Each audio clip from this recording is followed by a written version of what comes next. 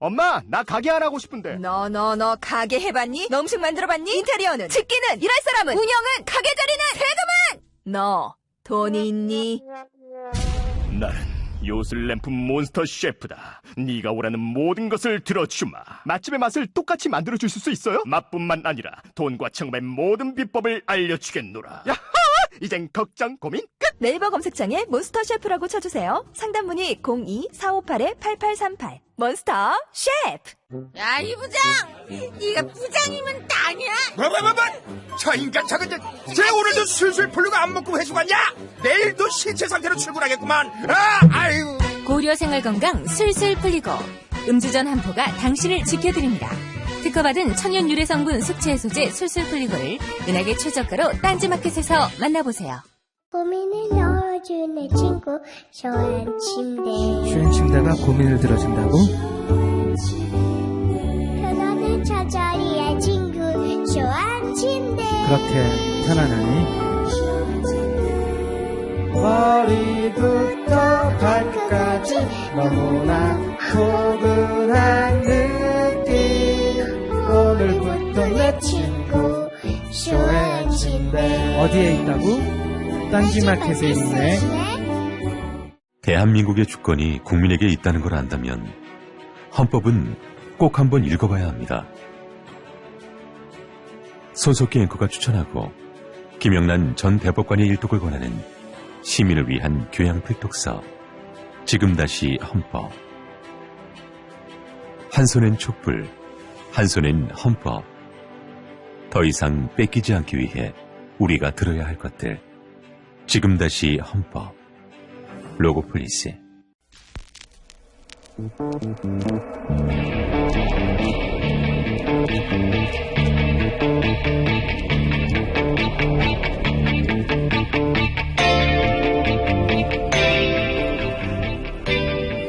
안녕하세요, 김호준입니다. 헌재 심판에 임하는 박근혜 대통령 변호인단은 어제 증인 39명을 추가 신청해 결국 판결을 2월 말 이후로 지연시키는데 성공했습니다. 이재용 부회장의 영장 기각과 최순실의 출석 거부로 특검은 대통령 조사 한 번 못하고 끝날 수도 있습니다.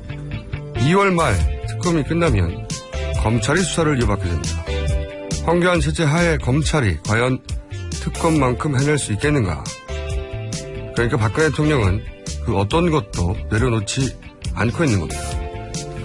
특검이 끝날 때까지 대통령 탄핵에 이를 만한 수사 결과를 내놓지 못하게 하고 그 사이 헌재 판결은 최대한 지연시키기 대통령의 전략입니다. 삼성 이재용 부회장의 영장 기각으로 다른 재벌의 소환은 시작도 못하고 있고 불법적으로 취득한 재산이 고스란히 남아있는 한 최순실 일당은 부활을 꿈꿀 겁니다. 1,000만 명의 시민들이 거리로 나가 만들어낸 이 기회를 이렇게 보내버릴 수는 없죠. 이런 기회는 다시 오지 않습니다. 그래서 저는 주장합니다. 특검은 반드시 연장돼야 한다. 김어준 생각이었습니다.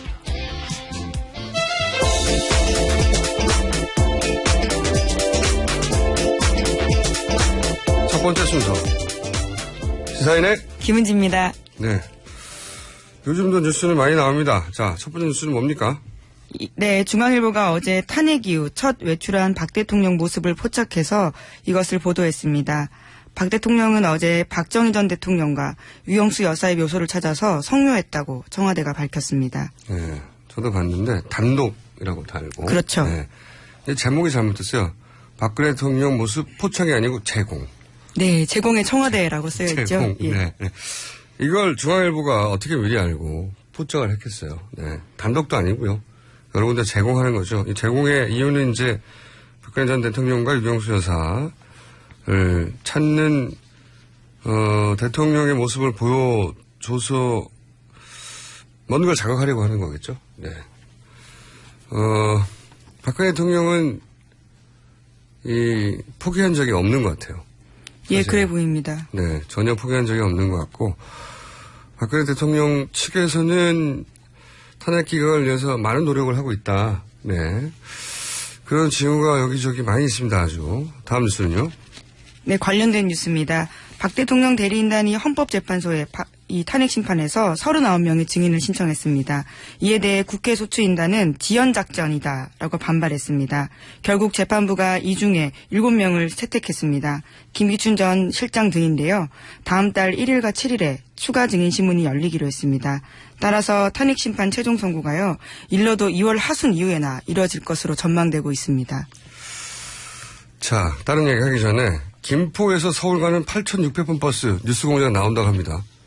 네, 8,600번 버스 기사님 감사하고요. 기사님 성함 좀 문자로 찍어주세요. 네, 자, 오늘의 주시 뉴스인데 제가 보기엔 박근혜 대통령은 반드시 복귀한다는 계획인 것 같아요. 네, 그것이 과연 성사될지는 누구도 알지 못하지만 어쨌든 할 수 있는 모든 걸 한다. 주말에 이제 박사모 집회 대규모로 있지 않습니까? 네네. 네. 계속 열리고 있죠. 네. 그리고 이제 변호인단은 증인을 묻어기로 신청을 해서 일단 판결 지연에 성공했어요. 뭐 1월 말 얘기했었는데. 네, 통상 1월 말 2월 초 이야기 나왔었죠. 네. 근데 이젠 2월 말 3월 초를 얘기할 수밖에 없고 지연 성공했고 두 번째로 최순실 씨가 특검에 출석하지 않고 있잖아요. 6차례나. 중앙지검이 구속을 했기 때문에 구치소에 있는데 또 첩보영장을 발부해야 한다. 이걸 최순실 씨가 어떻게 알아요? 보통 일반 수감자는 오라면 갑니다. 그렇죠. 네. 네. 근데 수감자가 아니어도 오라면 가죠. 네. 네. 근데 구치소에 있는데도 별도의 체포영장이 필요할 거라는 걸 아는 건 어려운 일이거든요. 굉장히. 그러니까 네네. 최순실 씨가 하는 행동은 박근혜 대통령 탄핵 기각에 전부 다 초점이 맞춰져 있는 거예요. 일부러. 그리고 이제 블랙리스트, 이제 김기춘, 조윤선 구속되니까 바로 언론 특검 소송한다고 이제 나왔지 않습니까? 엄포를 놨죠. 네. 네. 이게 이제 전문용어로 슬랩이라고 해요, 슬랩. 네. 굉장히 전문용어인데 제가, 고소고발을 여러 개 당했지 않습니까? 그랬더니 국경 없는 기자의 친구들이 저한테, 그거 슬랩이라고. 저도 그때 그래서 알았는데 몇 년 전에. 이게 뭐냐면은 뭔가 불리한 이슈가 있을 때 대중들이 참여해서 한꺼번에 부정적 여론이 만들어질까봐, 대표적인 인물을 초기에 고소해버리는 겁니다. 근데 목적은 이기려고 하는 게 아니라 다른 사람이 참여하지 못하게 겁을 주는 거죠. 얼어붙게 만든다라는 거죠. 칠링 이펙트. 예. 예. 이거를 한 거예요. 슬랩. 네. 하는 것이고, 이재용 부회장 영장 기각 사유가 뭡니까? 이재용 부회장 영장 기각 사유는 뇌물 수수자. 여기서는 이제 박근혜 최순실이죠. 그렇죠. 수사하지 못했다는 거거든요. 수사하지 못하도록 최순실은 체포영장을 발부해야 한다는 전문적인 지식을 활용해서 안 가게 만들고, 그리고 박근혜 대통령은 수사에 임하지 않고, 그리고 영장은 기각되고. 그러니까 이게 사실은 다 연결돼 있어요. 그게 별개의 건이 아니라. 그래서 그 특검이 대통령 탄핵에 이를 결정적인 뭔가를 못 만들어내도록 2월 말까지 끄는 겁니다. 실제로. 특검은 2월 말에 끝나거든요. 예, 공식 수사기간 70일이죠. 30일 연장될 수 있지만 쉽지 않습니다. 그러니까 조희연 판사 영장 기각은 그렇게 단순히 재벌 한 사람의 영장 기각이 아니라 사실은 큰 그림이 있는 거예요. 대통령 탄핵을 지연시키고 결국은 탄핵 기각까지 가려고 하는 전략에 큰 도움을 주는 결정이었다. 물론 뭐 조희연 판사가 그걸 알고 그랬는지 아닌지 모르겠지만 그 실제적 효과는 그렇다는 겁니다. 그러니까 대통령 측의 전략은 아주 명확해요. 최대한 지연시켜서 특검이 결과를 못 내게 하고 탄핵 심판이 이제 2월 말 3월 초 나더라도 그때 결정적인 건 없도록 만드는 거죠. 그러기 위해서 필요한 모든 걸 구사하고 있는 거고 일부는 성공하고 있는 거죠. 네. 이걸 넘어서는 방법이 뭐였냐. 특검을 연장해야 되는 거군요. 특검이 한 번 연장되면 3월 말이에요. 네, 그렇습니다. 30일 연장이거든요. 특검이 그 탄핵 심판의 판결이 있기 전까지는 안 끝나는 거예요. 굉장히 중요한 포인트라는 겁니다. 근데 이제 이걸 결정하는 분이 황교안 대행이에요. 황교안 대행. 황교안 대행이 지금 전망으로는 연장할 리가 없죠. 네, 어제 그 사실에 대해서 이야기했습니다. 신년 기자회견 했었는데요. 그 질문 받았거든요. 네. 예, 여기에 대해서 특검 연장에 대해서는 상황에 따라 판단하겠다. 지금은 수사에 전념할 때다. 이렇게 이야기했습니다. 지금 어떻게 안 된다고 합니까? 근데 한 가지 변수는 황교안 대행이 대선 출마를 할 경우, 그 경우는 변수가 될 수 있다고 봅니다. 예. 본인도 정치인의 한 사람이 되면 이 결정이 본인에게 미칠 영향을 계산하지 않을 수 없잖아요. 그래서 저는 기자들이 매일 출마할 거냐, 출마하셔야 하는 거 아니냐, 이 정도 되는데 지지율도 3위예요, 보수 인사 중에. 예. 그리고 특검 연장할 거냐, 두 개 연결해가지고 매일매일 물어봐야 된다. 매일 물어봐야 된다. 귀찮다고 해도 매일매일 물어봐야 된다고 봅니다. 네. 저도 매일 앞으로 얘기하려고 합니다. 이게 서로 맞물려 있어요. 딱. 특검의 기간도 최순실 씨가 특검에 요청 6번이나 오지 않아서 6번이나 오지 않은 것도, 그 다음에 이재용 부회장의 기각도 증인 신청도 목적은 하나매야. 다. 그 관점에서 봐야 된다. 네. 자, 큰 그림 하나.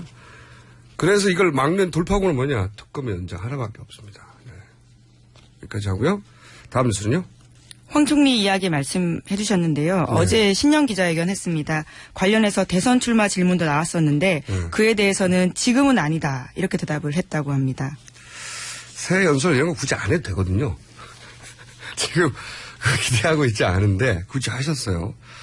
그러면서 4차 산업의 장애물도 제거하고 지자체도 개편하고 이런 얘기도 있어요. 굉장히 국정의 큰 그림을 보여주는 이야기들을 했습니다. 이걸 2달 만에 어떻게 합니까?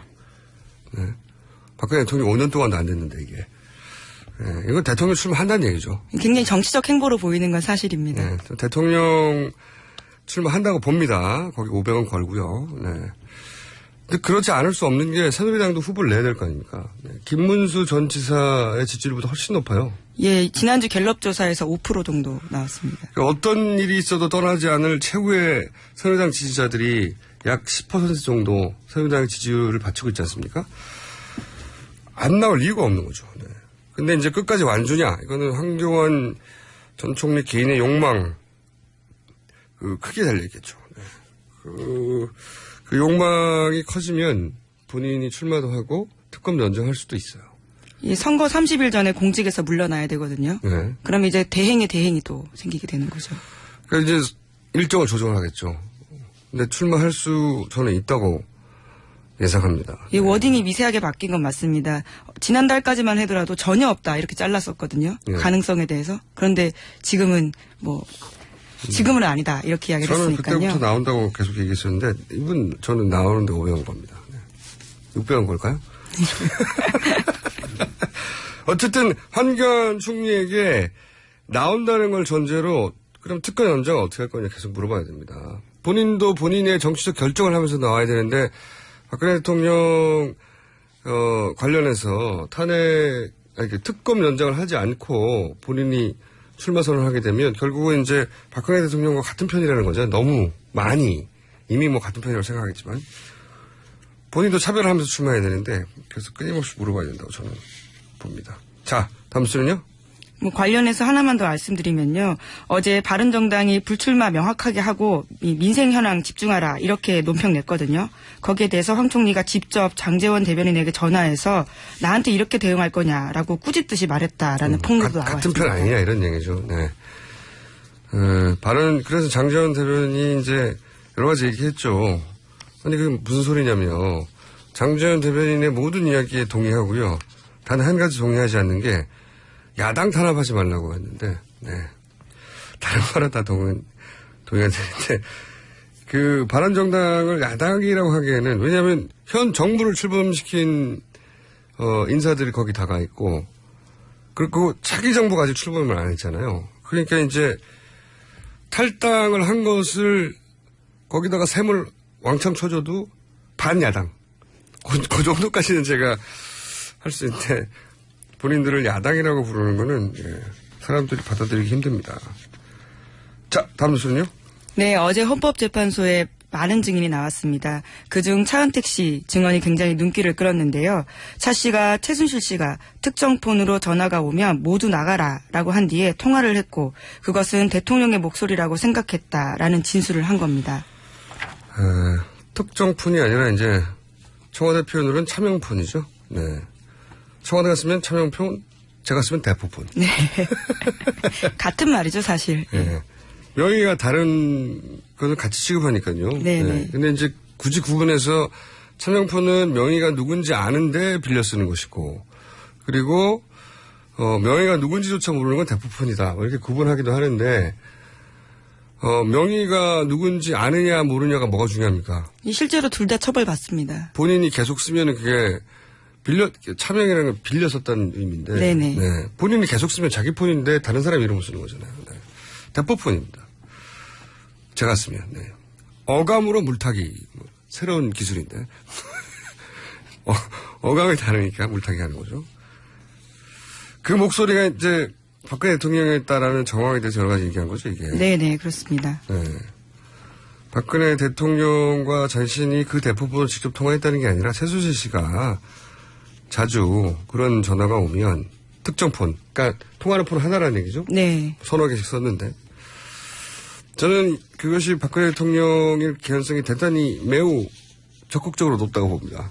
왜 그러냐면 일단 박근혜 대통령이 대포폰을 쓴다는 거는 정호성 비서관에 의해서 이미 지난주에 진술을 했죠. 진술했죠. 예. 그리고 최순실 씨가 정호성 비서관과는 대포폰으로 통화한다는 건 또 이미 얘기가 됐죠. 예, 그렇죠. 그런데 박근혜 대통령과는 수십 년의 관계가 있는 최순실 씨가 박근혜 대통령 대포폰이 있는데 정호성 씨하고는 대포폰 통화하는데 박근혜 대통령만 절대 통화하지 않는다. 대포폰으로. 이게 이상한 거죠. 통화하는 것으로 봐야 합리적이다. 이렇게 생각이 듭니다. 다음 뉴스는요? 차 씨가 또 그에 대한 이야기를 한 건데요. 강압수사에 관련해서 그런 것은 없었다라는 증언을 한 겁니다. 강압수사 때문에 죽을 지경이다라고 검찰 수사를 비판했던 최순실 씨와 굉장히 대비되는 증언입니다. 대통령 대리인단이 이와 같은 차 씨의 대답에 당황한 듯이 강압수사 여부 있지 않았냐라고 다시 한번 물어보자요. 차 씨는 오히려 검사가 강압적으로 말을 안 해서 편안한 자세에서 조사를 받았다고 생각한다면서 강압수사 주장에 선을 그었습니다. 당연하죠. 요즘 이런 거, 이런 중요한 사건에 강압수사하면은 큰일 나요. 그거 가지고. 최순실 씨가 강압수사 때문에 죽을 지경이 아니고 강압수사를 안 해서 죽을 지경이죠. 뭔가 해줘야 핑계를 잡을 수 있는데 강압수사 안 해줘서 죽을 지경이다. 이렇게 해석이 됩니다. 다음 뉴스는요? 김종 전 차관도 어제 헌법재판소에 나왔습니다. 여기 나와서 박 대통령이 정유라 씨를 직접 언급하며 지원을 지시했다라는 증언을 했습니다. 대통령이 정치권에서 정 씨가 거론되자 부정적인 이야기가 나오는 것이 안타깝다. 능력 있고 재능 있는 선수들을 위해서 영재 프로그램을 만들었으면 좋겠다. 이런 말을 했다라는 겁니다. 굉장히 결정적인 증언이네요. 예. 대한민국의 스포츠를 하는 인구가 얼마인데 그중에 수십만 명 이상이 될 텐데 딱 한 사람을 언급했는데 딱 한 사람이 하필이면 최순실 씨 딸이라는 거잖아요. 네. 정유라 씨를 알고 있다는 걸 대통령이 알고 있다는 걸 김종 차관이 그 자리에서 처음으로 확인한 거겠죠. 네. 굉장히 큰 충격을 받았다. 그 이야기를 듣고 이런 이야기도 어제 했습니다. 당연하죠. 일반인들의 입장에서는 김종 전 차관도 그냥 일반인이잖아요. 네. 공무원이었을 뿐 그리고 이제 최순실 씨와 이제 연관되었을 뿐 대통령과 최순실 씨와 정유라의 관계에 대해서 이해하고 있었지 못했겠죠. 모든 국민들처럼. 그 정도까지 가늠을 하기 쉽지 않았겠죠. 네. 근데 대통령 입에서 직접 큰 사안을 다룬 대통령이 한 사람 꼭 찍어서 영재 프로그램을 만들었으면 좋겠다 했으니까요. 이 영재 프로그램은 이제 결국은 삼성이 말을 사주고 뭐 이런 거죠. 예. 충격 받을만 합니다. 이 사안은. 자, 헌재에 가서 또 발언한 사람도 없습니까? 어제는? 어제 이승철 정경련 부회장도 나와서 이야기했습니다. 뭐라고 그랬나요? 예, 청문회 나와서요, 했던 위증들에 대해서 그것은 청와대에서 시켰기 때문이다라고 이야기를 했고요. 위증죄보다는 청와대가 더 무서웠다. 이런 이야기도 했습니다. 당연하죠. 그거야. 잠깐만 중요한 내용이 하나 왔네요. 금천 마을버스 1번 뉴스공장을 너무 작게 틀어놨어요. 513번 버스기사님 소리 좀 올려달라고. 직접 말하면 되는데 저희한테 문자를 보내가지고 이렇게 라디오로 이렇게 나오도록. 볼륨 좀 올려달랍니다, 기사님. 자, 다음은요. 반기문 전 총장의 조카 반주현 씨가 장기간 병역 기피자로 지명수배돼 있다라는 한겨레 보도입니다. 반 전 총장이 조카의 병역 기피 사실도 알고 있었을 거라는 반기상 씨의 증언도 나왔다라는 건데요. 반기상 씨는 한겨레와의 통화에서 형님도 아들이 병역 의무를 다하지 않았다는 것을 알았을 것이다. 이렇게 말했다라고 합니다. 아니, 반기상 씨는 왜 이렇게 형님한테 큰 해가 될 자병을 해버리죠? 여하간 조카 반주현 씨가 병역 기피라는 거 아닙니까? 네. 이번에 나이가 거의 40대죠? 1978년생입니다. 그러면 우리 나이로 40인데. 예. 그럼 병역 의무가 발생한 지 거의 20년 다 됐어요. 예. 그럼 20년 가까이 돌아오지 않았다는 얘기네요. 예. 유학 때문에 갔다라고 반기상 씨는 해명을 하고 있는데요. 그리고 나서 귀국을 안 했군요. 예. 병역법 위반이긴 합니다. 그래서 지명수배자로 올라가야겠군요, 이건. 그런데 그 사실을 반기문 전 총장도 알고 있다고 반기상 씨, 반기문 총장 동생이 얘기를 해버렸네요? 예, 직접 이야기를 한 거죠. 왜 이런 말을 하셨을까. 반주현 씨 결혼식에도 참석했다고 하죠. 이런 자잘한 뉴스들 앞으로도 계속 나오겠네요. 네. 가족들이 이런 식으로 병역 기피 지명수배자다, 사기죄다, 뭐 이런 제목 계속 걸리는 건 본인한테 계속 걸림돌이 되겠죠. 다음 뉴스는요? 관련된 뉴스입니다. 반기문 전 총장이 어제 자신의 일기장까지 공개하면서 박연차 리스트 관련서를 반박한 건데요. 2005년 5월 4일자 일기, 그러니까 5월 3일 날 23만 달러 건넸다라는 보도에 대해서 당시 일기를 보면 부산에서 사업하면서 베트남 명예총영사 근무하는 사업가가 참석했는데 대통령 후원자라 그래서 그런지 태도가 굉장히 불손하게 짝이 없었다. 이렇게 적었다면서 이렇게 처음 보는 사람에게 대해서 일기 썼는데 돈 받았다라는 게 일반인 상식에 맞느냐라는 주장을 한 거죠. 그러니까 23만 달러 의혹에 대한 이제 첫 제대로 된 반박이 반기문 전 총장 측에서 나왔는데. 예, 구체적인 물증을 제시한 거죠. 네, 물증이 자기 일기장이면 어떡합니까? 그리고 이 일기장 나중에 썼는지 어떻게 알아요? 게다가 사실이라 하더라도 일기장에는 그 사람이 박연차 회장이란 말이 없잖아요. 예, 그렇습니다. 사업가라는 표현만 있습니다. 네. 이렇게 생각할 수 있습니다. 굉장히 인상이 나빴는데 나중에 이 돈을 받고 인상이 좋아진 거 아니냐고 누가 추궁하면 어떡합니까? 약간 궁색한데요. 예. 본인 일기장을 기준으로 사실이 아니라고 하는 것은 좀 궁색하긴 합니다.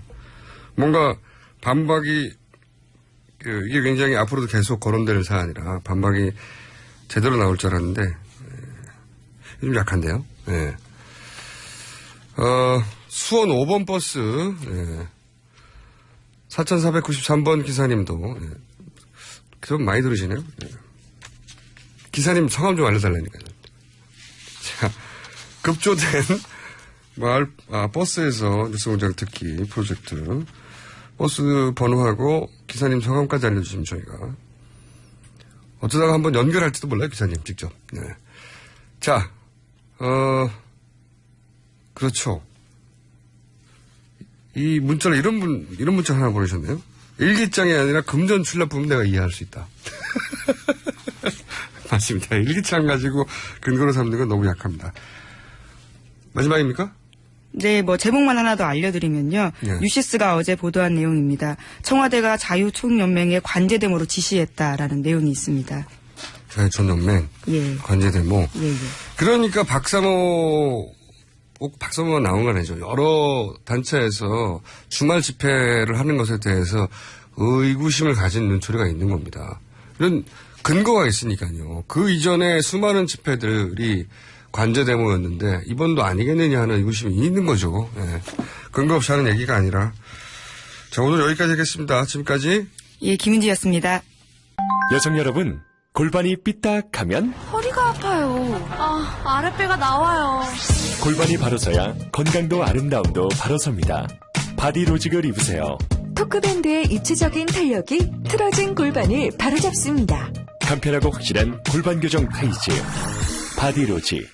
삐딱한 남성 골반에도 역시 바디로직. 바디로직의 효과를 못 느끼셨다면 100% 환불해드립니다. 자세한 환불 조건은 홈페이지를 참조하세요. 굶고 뛰고 땀 빼고 다 해봤다. 그래봐야 소용없었다. 다이어트는 결국 먹는 게 문제다! 동결건조 채소와 곡물, 단백질, 그리고 효소와 비타민, 미네랄로 만든 다이어트 전용 그린 스무디로 하루 한두 끼만 바꿔 드세요. 검색창에서 비타샵을 검색해주세요. 아무도 묻지도 따지지도 않고 가입하셨다고요? 보험은 너무 어려워요. 걱정 마십시오. 마이보험 체크가 도와드립니다. 1800-7917 마이보험 체크로 지금 전화 주세요. 1800-7917 이미 가입한 보험이나 신규 보험도 가장 좋은 조건을 체크해서 찾아드립니다.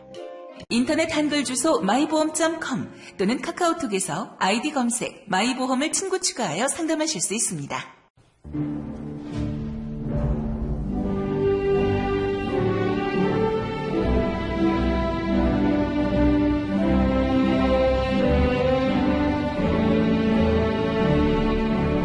지내하는 국민 여러분, 안녕하십니까. MB 마인사 올렸습니다. 요즘 많은 분들이 살기 어렵다, 살기 퍽퍽하다 가십니다. 경기는 안 좋고 극하고 물가는 오르고 정치도 엉망인데다가 날씨까지 맞춥습니다. 저도 참 힘이 듭니다. 요즘 우리 저 캐릭터계도 그렇게 되면 힘듭니다. 왜냐? 뭐 할 만한 게 없다. 사이비들도 많지. 응?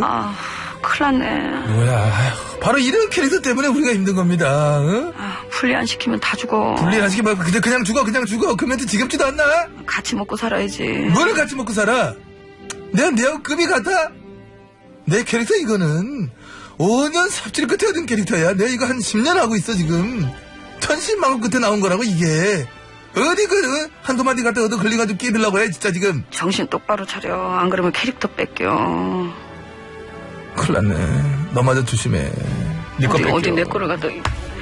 이런 거야. 너는 캐릭터계 블랙리스트야. 너는 너야말로. 큰일 났네. 저리 안 가, 약한 사람. 큰일 났네. 이거 다 돼. 진짜. 어떡할래? 너 캐릭터 뺏겨.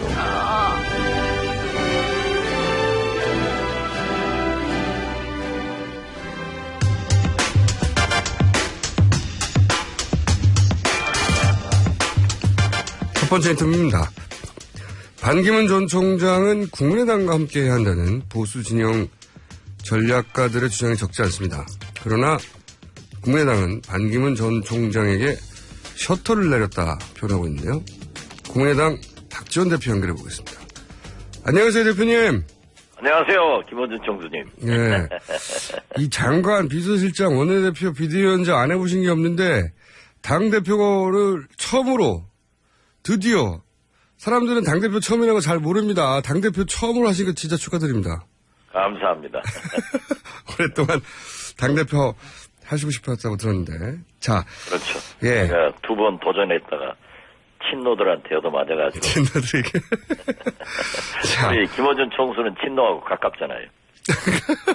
제가 그렇다고 당대표 되신 걸 막은 건 아닙니다. 네. 그렇죠. 네, 본인의 실력이 부정이 안 되신 겁니다. 저를 지원하시지 뭐.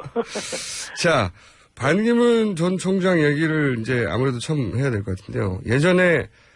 예전에는 반기문 전 총장에 대해서 비교적 호의적으로 평가를 하셨지 않습니까? 그렇습니다. 반기문 총장 측에서 네. 2년 반 전부터 저에게 꾸준하게 연락해왔고 한두 달 전에는 심지어 DJP 연합을 제안하는 등 어떠한 경우에도 새누리당, 민주당에는 가지 않고 있다 하면서 국민의당을 놓고 했기 때문에 저도 호감을 가지고 주시를 했습니다. 그 노크를 한 당사자가 누군가요? 그건 제가 좀 말씀드리기는 혹시 김숙 전 의원 대사인가요? 아닙니다. 본인이 직접 하지는 않으셨을 거고. 어쨌든 그쪽 측에서 누군가 사람을 보내서 그런 의사타진을 하셨다는 네, 거죠. 제가 굉장히 신뢰할 만한 분이에요. 그렇군요. 그런데 이제 셔틀을 내렸다고 표현하신 이유는 뭡니까? 하다못해 기초의원을 나오더라도 자기가 무엇을 어떻게 하겠다 하는 비전을 제시하잖아요. 예. 그런데 일국의 대통령을 하시겠다고 한 분이 귀국 초 전혀 그러한 메시지는 없고, 두 번째는 실패한 세력들과 함께 다니면서 행동을 하고, 세 번째는 여러 곳을 방문해서 나오는 말씀이 박근혜의 뒤를 잇겠다 하는 것으로 저는 판단을 했고, 더욱이 최근의 1년의 접촉 인사들을 보면은 말씀으로는 빅텐트론을 주장하지만은 사실상으로는 박근혜, 이명박 정권의 분들과 함께 새로운 보수 세력의 집결을 위해서 노력하는 것으로 판단했습니다. 그건 이제 공식적인 답변이시고, 그 말도 이제 이해는 가는데, 이제 안 온다고 했나요, 국민의당에? 그런 것은 아닙니다. 아니면 연락이 좀 뜸해지셨나요? 아니요, 귀국해서 저하고 전화를 통화했고, 한번 만나자고 해서 그렇게 하기로 했는데, 아직까지 연락은 없습니다. 그리고 제가 분명하게 그렇게 움직이고 있는 이런 것을 보면은 우리 국민의당의 정체성과 이념이 맞지 않는 것 같다. 그래서 우리는 거의 문을 닫아간다. 라고 하니까 아마 그쪽에서도 여러 가지를 생각했겠지만은 언론을 통해서는 계속 저하고도 회동한다. 이런 것으로 나오고 있습니다. 이미 만났다고 하던데요. 안 만났습니다. 만났는데 안 만났다고 하시는 거 아니에요? 귀신이 걸어가면은 발자국이 안 남습니다. 사람이 걸어가면 발자국이 남습니다. 대표님 만나고 나서 안 만났다고 잘 하시잖아요, 원래. 김어준 총수처럼 그렇게 거짓말하지 않습니다. 그러면 그건 믿기로 하고요. 아니, 요즘은요. 네. 진짜 과거 정치하고 다릅니다. 알파고 국민인데 우리가 사실을 말씀드리지 않으면은 금세 모든 것이 신용불량자가 되는 거죠. 알겠습니다. 근데 정체성 멀다고 하셨는데 그 정체성 얘기하시면 전에도 김무성 전 대표와도 이제 연대 얘기를 하셨으니까 정체성만은 아니지 않습니까? 김무성 대표하고 연대 얘기는 하지 않았습니다. 김무성 대표하고도 개인적으로 가깝고 같이 원내대표 파트너로서 해보면은 훌륭한 정치인이면은 분명하지만은 김무성 대표는 거의 극우 보수에 가까운 그러한 이념을 가지고 있고, 저는 비교적 진보 개혁적이기 때문에 여러 가지 이념으로 안 맞죠. 그래도 친하게 그래서 지내셨는데 연대한다 이런 얘기는 하지 않았습니다. 정치적 파트너로는 훌륭하게 인정합니다. 정치적 파트너이기만 하지 연대는 안 된다? 네, 그렇습니다. 근데 이제 국민의당 그 이야기를 이제 곧이곧대로 제가 다 받아들이고 이미 지나간 일이기 때문에 제가 그걸로 다툴 생각은 없고, 근데 국민의당이 그렇게 넉넉한 집안 형편이 지금 아니지 않습니까? 반기문 전 총장이 합류해주면 좋은 거 아닌가요? 넉넉한 집안 형편이 아니건 기건 그것은 문제가 아니죠. 왜냐하면 그렇게 했다가는 더 넉넉해지지 않을 수가 있어요. 지난 탄핵 정국에서 크게 곤욕을 치료. 그렇게 민주당의 문재인 대표처럼 대통령이 되기 위해서 수단과 방법을 가리지 않고 하는 것은 우리는 지향합니다. 그렇군요. 문재인 전 대표의 입장을 제가 대변할 이유는 없기 때문에 그거는 문재인 전 대표한테 물어보기로 하고요. 수단과 방법을 가리지 않는 예를 하나만 들어봐 주시죠, 그러면.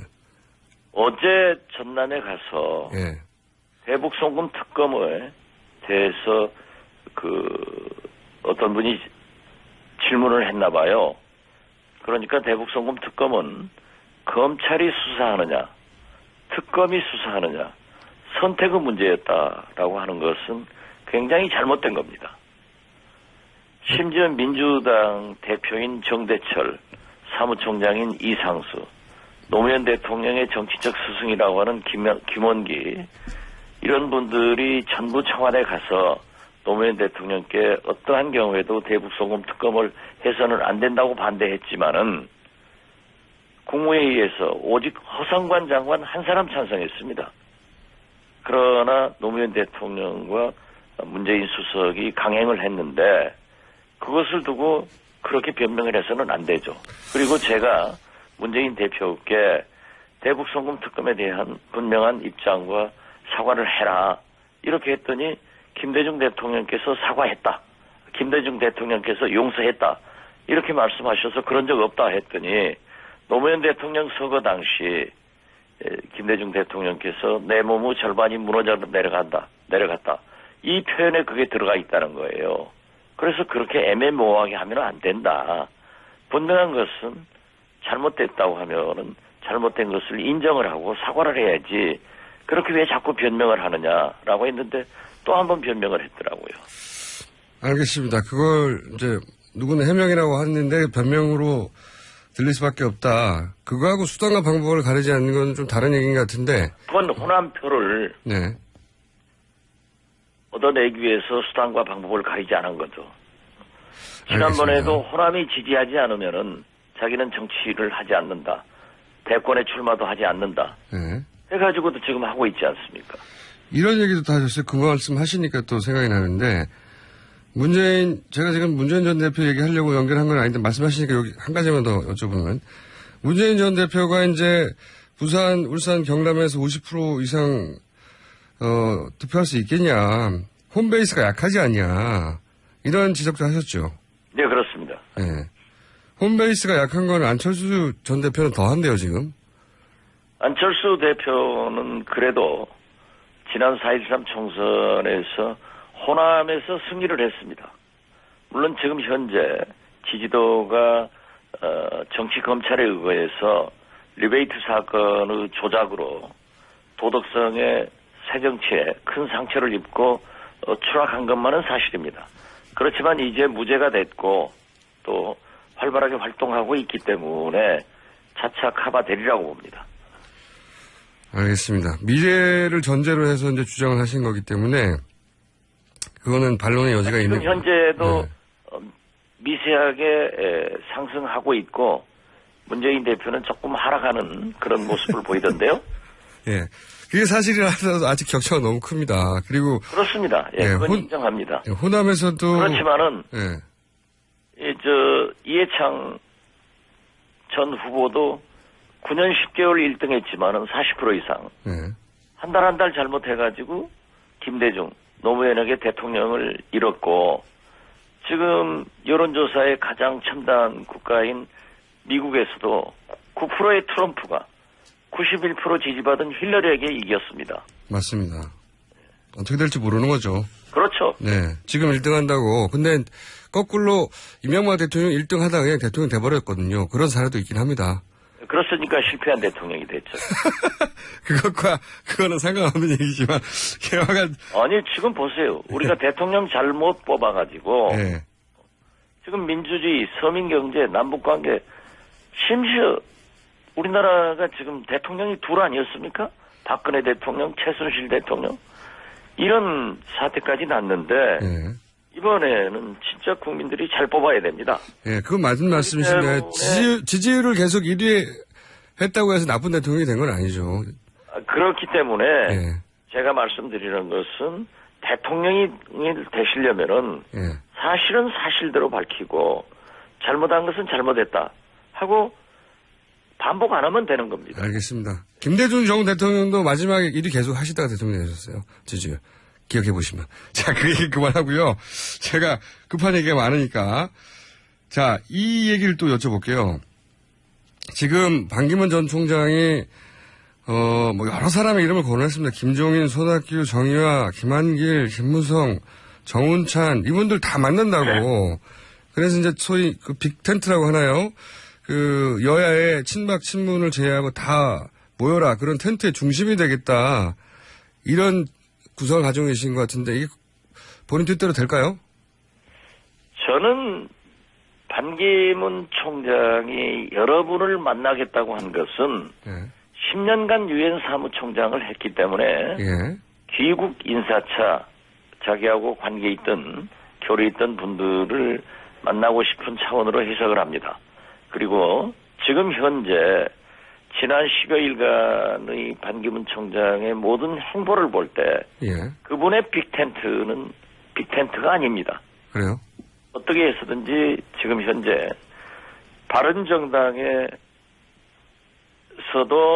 또 반기문 총장도 생각을 하고 있고 또 새누리당에도 생각하고 있고 또 다른 교섭단체가 구성된다는 것 아닙니까? 네. 그분들하고도 함께 하려고 하니까 저는 보수의 빅텐트가 아닌가 생각을 합니다. 국민의당은 그럼 이 빅텐트의 한 축으로 참여하실 생각이 지금은 전혀 없으신 거예요? 지금 현재는 전혀 없습니다. 그러면 혹시 어떤 이미 우리 국민의당에서 제가 얘기하는 빅텐트라고 하는 것은 작년 4.13 총선에 의해서 국민은 제3당, 제3지대는 국민의당이다 하고 정해줬기 때문에 우리는 그 국민의당 내부에서 우리 국민의당의 정체성을 인정하고 함께 하겠다고 하면은 그 텐트 안에서 같이 공정한 룰에 의해서 경선으로 대통령 후보를 선출하자 하는 것을 의미하는데 어떠한 경우에도 그것은 우리와 정체성이 맞아야 하고 우리 국민의당의 텐트 안으로 들어오는 조건입니다. 그러면 반기문 전 총장이 중심이 된 빅텐트는 우리는 인정할 수 없고 혹은 참여할 수 없고 국민의당이 중심이 된 뭐 단어는 같지만 좀 다른 국민의당이 중심이 된 제3지대 빅텐트만이 가능하다 이런 거죠? 네, 저희는 그렇게 보고 있습니다. 그래서 반기문 총장이 구상하는 빅텐트에는 우리는 해당되지 않는다 하는 것을 분명히 말씀드립니다. 어떤 경우에도 그렇습니까? 앞으로? 대선에 네, 어떤 경우에도 그렇습니다. 지금 현재 반기문 총장이 모든 것을 다 드러내고 있지 않습니까? 심지어 어제 새누리당 친박 가까운 의원들 10여 명 만나가지고 나는 여러분들과 함께 일하겠다. 그러면 그것은 박근혜 대통령의 이념과 함께 하겠다는 것을 의미하는 것 아니겠어요? 그러한 것을 듣고 우리가 어떻게 같이 하겠습니까? 근데 이제 합당이나 이런 건 아니어도 예를 들어서 반기문 전 총장이 본인 세력을 만들고 그리고 결국 뭐 그 바른정당에 들어가고 혹은 뭐 합치고 그 세력과 그런 다음에 이제 뭐 이쪽 민주당 쪽에서 문재인 후보가 되든 혹은 뭐 다른 후보가 되든 민주당 후보 민주당은 뭐 문재인 후보가 되는 거 돼 있죠 뭐 확실하죠. 지금 민주당에 누가 들어가겠다는 사람이 없잖아요. 거기는 이미 후보가 많으니까요. 많기는 뭐 안철수 확정시켜놓고 있으니까. 국민의당은 안철수 후보밖에 없지만 뭐 천정배도 있고. 천정배 후보가 지출이 안 나지 않습니까? 자, 그 얘기 전에 어떤 경우에도 그러면 국민의당은 합당은 안 하지만 후보를 단일화 하자거나 또는 뭐 개헌을 고리로 해서 당신은 대통령, 당신은 뭐 총리 이런 식의 조합 이런 것도 불가능합니까? 지금 현재 그러한 정체성이 맞지 않으면 불가능합니다. 앞으로 그렇기 때문에 우리 안철수 대표나 우리 국민의당에서는 결선 투표제를 제안해 놓은 거예요. 그럼 전략은 2위를 한 다음에 결선에서 문재인을 꺾는다 이런 전략인 거죠?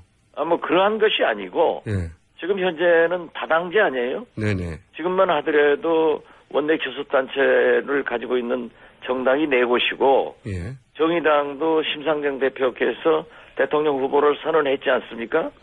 그러면 5개 정당이 됐단 말이에요. 여기에 반기문 총장을 추종하는 또 하나의 원내 교섭단체가 태동하고 있습니다. 한 20명 모일 수도 있겠죠. 한 30명 모인다고 그래요. 그래요? 그러면은 사실상 6개 정당 체제가 되는 겁니다. 예. 그러면 오히려 협치, 국회 본연의 정치 본연의 대화와 협상을 통한 일당 독주를 막는 그런 제도적 장치가 돼가는 거예요. 그러니까 제가 때문에 예. 결선 투표제를 하면은 인위적으로 장막 뒤에서 어떤 정치적 공학적 어떤 거래가 아니라 공개적으로 국민이 판단을 해서 정책적 연합을 할 수도 있고 연정도 가능하기 때문에 다당제에서는 결선 투표제가 반드시 필요하다. 예. 저도 동의하는데요. 우리는 그러한 것을 예. 어제 주호영 바른정당 원내대표도 제가 방문해서 결선 투표제 찬성을 표명하셨고요. 결선 투표제를 처음에는 반대했던 문재인 전 대표께서도 찬성을 했기 때문에 지금 새누리당만 조금 뉘앙스가 다릅니다. 예. 알겠는데 저도 결선 투표제가 필요하다고 생각을 하는데요. 당장 이번에 될 수 있는지는 몰라도 필요하다고 생각하는데 제가 궁금한 건 그게 아니라 이제 결선 투표제를 강하게 얘기를 대표님도 하시고 안철수 전 대표도 하는 걸 보면 일단은 여러 후보가 나올 테니까 일단 2위를 하고 그런 다음에 문재인 1대1 얘기 계속 하지 않습니까? 안철수 전 대표도. 그런 다음에 2등을 일단 하고 나서 문재인 전 대표가 1대1 구도를 만든다. 이게 전략인가 궁금한 거죠. 네.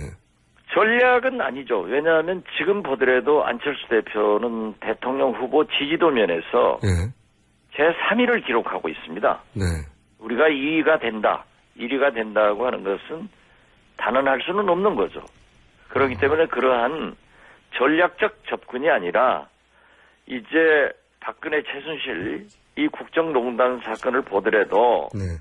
이제는 제왕적 대통령 권한도 내려놓아야 되지만은 일당 독주 이러한 것도 제도적으로 막기 위해서는 결선 투표제를 해야 되고 또 다당제 국가에서 사실상 대통령이 어떤 의미에서 보면은 약 20-30% 지지받아가지고 대통령이 될 수도 있어요.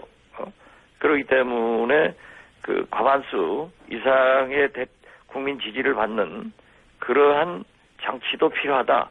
이런 것을 법과 제도적으로 만들자는 겁니다.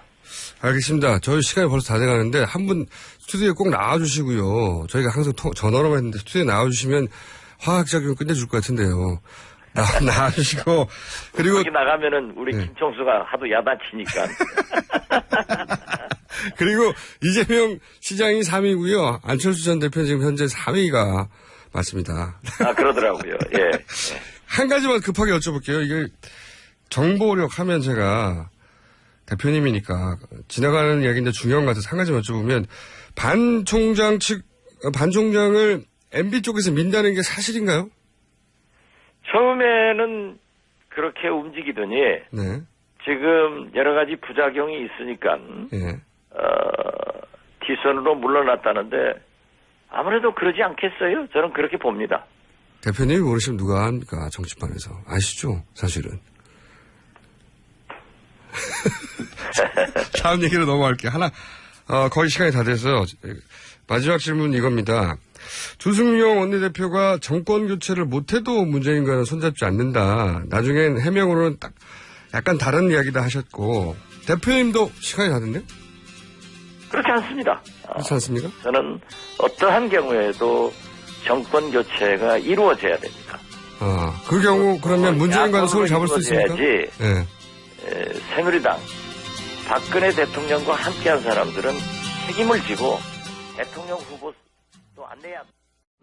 미 항공우주국 나사에서 우주인들의 비상식량으로 쓴다는 남미 최고의 완전식품 마카 플러스 한국에서 가장 비싸고 귀한 식품이라는 산삼 플러스 거기에 한국인이 좋아하는 녹용까지 일단 이 세 가지를 모두 넣은 제품이 나온 거니까 마카 산삼 녹용 대박 좋은 건 다 있네 031-323-2559 영한네이처 YHNATURL.com 맛있어. 너무 맛있어. 와, 아삭거리는 소리 들려? 와, 진짜 맛있다.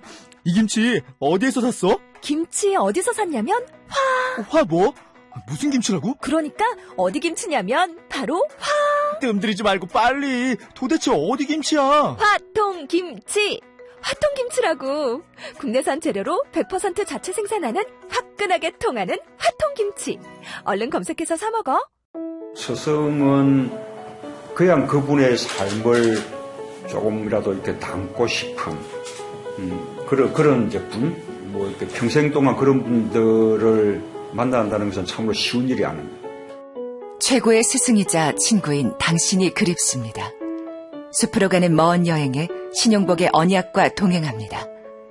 신용복 일주기 추모도서 만남 신용복의 말과 글 도서출판 돌베개. 똥은 싸고 다니냐?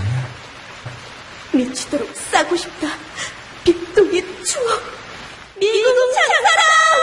구렁이똥 이뻤다. 장이 살아야 내 몸이 산다.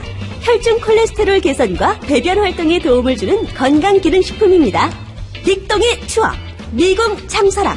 지금 검색창에 미궁 장사랑을 검색하세요. 이건 제가 써보니까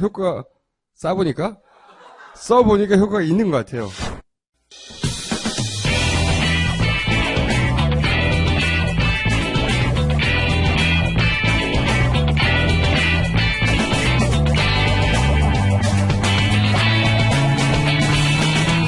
김어준의 뉴스공장. 네. 첫 번째 인터뷰에서, 박지원 국민의당 대표 연결했다가 마지막 질문에서 끊겼습니다. 중요한 질문이라 요 질문까지만 하고 이어가겠습니다. 대표님. 예. 네. 뉴스 공장은 왜 그렇게 잘 끊겨요? 공장이 안 좋은가 봐요. 대표님 답변이 하도 길어서 그래요. 자, 한 가지 질문, 마지막 질문이 뭐였냐면, 주승용 원내대표가 정권 교체를 못해도 문재인과는 손잡지 않는다 해서 논란이 됐습니다. 이 태도, 입장에 대해서 대표님은 어떠신 입장이신지? 우선 주승용 원내대표가 그러한 것이 와전됐다.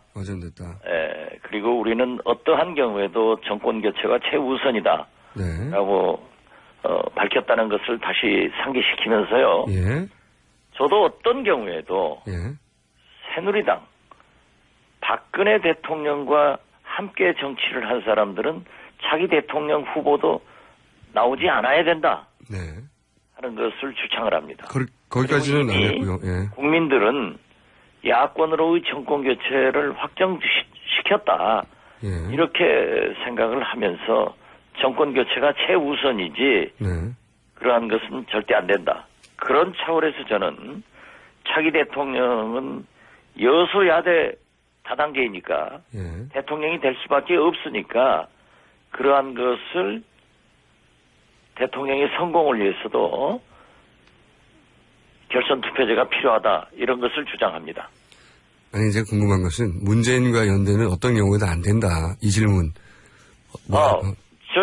저희는 저희 국민의당은 문재인과의 연대는 생각하지 않고 있습니다. 네, 지금은 그런데 앞으로도 절대 안 됩니까? 어떤 경우에도? 정권 교체가 어떤 경우에도 문재인 후보가 대통령이 되면은 되는 거고 또 우리는 우리대로 출마를 하는 거고 이렇게 해서 우리가 볼 때는 안철수 대 문재인의 대결이 될 것이고 우리는 안철수의 승리를 위해서 노력한다. 당연하죠. 그 결정은 국민이 할 것이다. 이렇게 생각합니다. 당연한데 혹 연대를 해야 할 상황이 오고 그것이 정권교체에 굉장히 결정적인 변수가 돼도 연대는 안 되는 겁니까? 아니면 그건 그때 가봐야 안답니까? 지금 현재는 그러한 생각을 하지 않고 있습니다. 친노 패권주의를 청산하지 않으면은 친박 패권주의와 함께 정치 발전이 되지 않고 그러한 것은 지금 생각하지 않는다. 이렇게 분명히 말씀드립니다. 지금은 생각하지 않으시는 거죠? 지금은. 그러나 반드시 정권 교체는 이룩해야 된다. 그러면 이렇게만 정리할게요. 지금은 생각하지 않는다. 지금은 생각하지 않는 것은 우리는 우리대로 간다 이렇게 해석하면 좋겠어요. 여기까지 하겠습니다, 대표님. 더 이상. 혹시 김총수는 무슨 빠야? 아니 대표님이 예. 대표님도 약간 모호하게 말씀하시는 거예요 지금. 근데 그건 이해는 갑니다. 예. 예. 아닙니까? 그래요. 예. 우리 둘이 다 서로 우정은 우정이고 예. 견해가 다른 것은 다른 거죠 뭐. 그렇죠.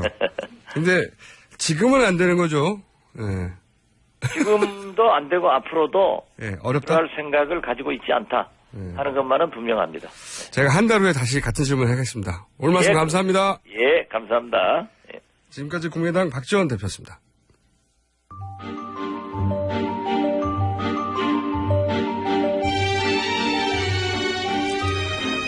하영 기자 나오셨습니다. 안녕하십니까? 네, 안녕하세요. 한겨레 하호영 기자입니다. 자, 반기문 전 총장과 최근 일주일인가요? 열흘인가요? 3박 4일이 정확하게는. 그다지 아는 척하기에는 긴 시간이 아니긴 한데. 네, 반 총장이 들어온 지도 얼마 안 됐습니다. 지금 열흘이 됐나요? 열흘도 안 됐어요. 네. 그죠? 굉장히 오래된 것 같이 느껴지시죠? 너무 많은 사건이 있어가지고. 네. 자, 반 총장 이야기 종합적으로 한번 짚어보려고 합니다. 우선, 언론에 이런 얘기 많이 나와요. 지금 외교 라인과 MB 라인이 갈등 중이다. 한마디로 말해서. 그러면서 이제 김숙, 이동관 두 분의 이름이 거론됩니다. 자, 실제로 보고 겪은 바에 의하면 일단 깔끔하게 정리는 안 된 게 맞는 것 같죠? 그렇죠. 그건 맞는 것 같고요. 근데 이제 보면 기본적으로 그 김숙 전 유엔 대사가 외교관의 스타일이라기보다는 성정이 오히려 정치인에 좀 가깝고요. 그래서 이제 전면에 나섰겠죠, 지금. 예, 그래서 총괄을 맡고 있고 지금 이동관 전 홍보수석 같은 경우는 MB 시절에 그러니까 이명박 대통령 시절에 홍보수석이죠. 전 수석인데. 예. 전 수석 같은 경우에는 지금 캠프 내에서 활동한다기보다는 캠프 밖에서 자신의 사무실을 차려서 돕고 있는 걸로 알려져 있고요. 이명박 전 대통령이 도와드려라. 예. 이렇게 오더를 직접 공개적으로 하셨는데 직접적으로 도와드리고 있나요? 네, 직접적으로 도와주고 있는 건 맞죠. 네. 맞는데 그 오더가 그 오더인지는 본인은 분명하게 얘기하고 있지는 않고요. 김숙 전 유엔 대사가 사실은 관계도로 보면 훨씬 가까운데. 그렇죠. 예. 같이 일도 했고 가까운데 이동관 전 수석의 일종 의견 개진 저쪽에서 보면 개입 혹은 도움 아무래도 결이 좀 다를 거 아니에요? 그렇죠. 그리고 반기문 전 총장 같은 경우에는 본인 스스로에 대한 욕심이 굉장히 많아요. 저희가 지금 욕심이 많다고 하신 겁니까? 욕심이라는 표현은 틀렸습니다. 욕망이라고 해야 하나요? 어떻게 하죠? 의욕. 네. 예. 그래도 대선 후보 지지율 2위인데요. 욕심이라는 표현 좀, 예. 자, 의욕이 많습니다. 스스로 해결하고 싶어 하는 의욕 아니면 어떤 의욕이 많다는 겁니까? 스스로 해결하고자 하는 거죠. 예를 들면 아주, 사소한 걸로 보이는 일정까지. 예를 들면요? 특강의 장소를 결정하는 거라든지 아니면 규모를 결정하는 것도 본인이 좀 직접 챙기는 걸로 제가 현장에서 봤거든요. 아, 그래요? 네. 예를 들면 장소는 후보가 제가 있는데 그중에 이쪽을 하라든가 그런 걸 하나하나 챙긴다는 거예요? 방향이라든가 지정하는 장소 이거는 아니더라도 최소한 그 행사의 규모라든가 컨셉은 본인이 직접 챙기는 걸로. 제가 현장에서 보는 거기 때문에 말씀드릴 수 있을 것 같습니다. 직접 본 거기 때문에. 네네. 네. 보통 후보들은 다음 일정이 뭔지도 모른 채 끌려가는 경우가 많은데. 그렇죠. 예. 정신이 없어가지고. 예. 그리고 거기 가서 이제 행사의 컨셉이라든가 할 말이라든가 그런 걸 머릿속에 순식간에 정리하고 그렇게 대응할 수밖에 없게끔 일정이 급하게 돌아가는데 대선 후보들은. 예. 그래서 제가 왜 이 말씀을 드렸냐면요. 예.